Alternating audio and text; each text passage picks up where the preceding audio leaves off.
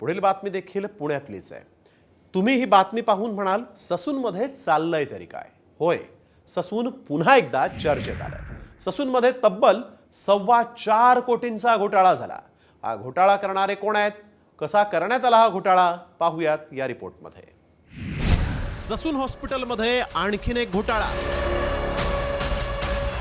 रुग्णालयातील कर्मचाऱ्यांकडून कोट्यवधींचा अपहार। कर्मचाऱ्यांनीच हडपले 4,18,00,000 रुपये। ससून हॉस्पिटल पुन्हा एकदा घोटाळ्यामुळे चर्चेत आलंय। या रुग्णालयातील कर्मचाऱ्यांनीच कोट्यवधींचा अपहार केल्याचं समोर आलं। अकाउंटंट आणि रोखपाल या दोन्ही मुख्य आरोपींनी सह्यांच्या अधिकाराचा गैरवापर केलाय आणि रुग्णालयाच्या बँक अकाउंटमधून स्वतःच्या आणि इतर कर्मचाऱ्यांच्या खात्यात 4,18,00,000 रुपये जमा केले असा आरोप करण्यात आला।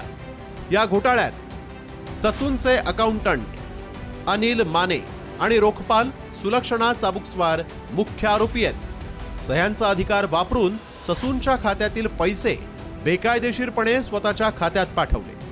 माने आणि चाबुकस्वार यांनी अधिकाराचा गैरवापर करत ससूनचे 4,18,00,000 रुपये वळवले।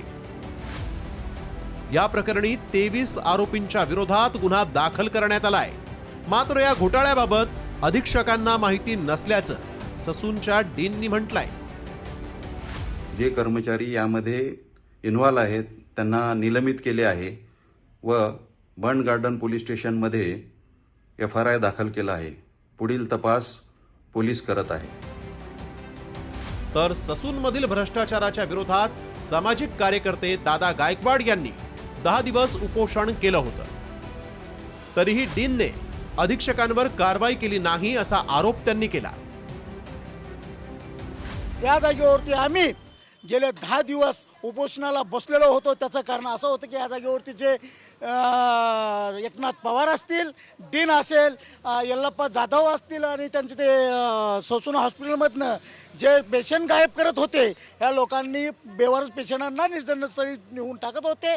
याबाबत आवाज उठवला होता आणि त्यांच्यावरती गुन्हा दाखल करून त्यांना अटक करा म्हणून आम्ही मागणी केली होती। 1 महिना होऊन गेला, यांनी याच्यावरती कोणतीही कारवाई केलेली नाही। मिलीभगत आहे हे पूर्णपणे।